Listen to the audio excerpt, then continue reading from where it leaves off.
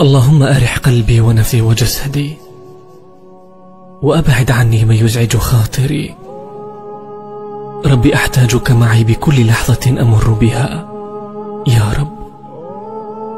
مدني بصبر ليس له آخر، ومن بعد صبري فرحة تسكن أعماقي. ربي أسألك أن تريح قلبي وفكري، وأن تصرف عني شتات العقل والتفكير. ربي كن معي في أصعب الظروف، وأرني عجائب قدرتك في أصعب الأيام. يا فارج الهم، يا كاشف الغم، فرج همي ويسر أمري، وارحم ضعفي وقلة حيلتي، وارزقني من حيث لا أحتسب.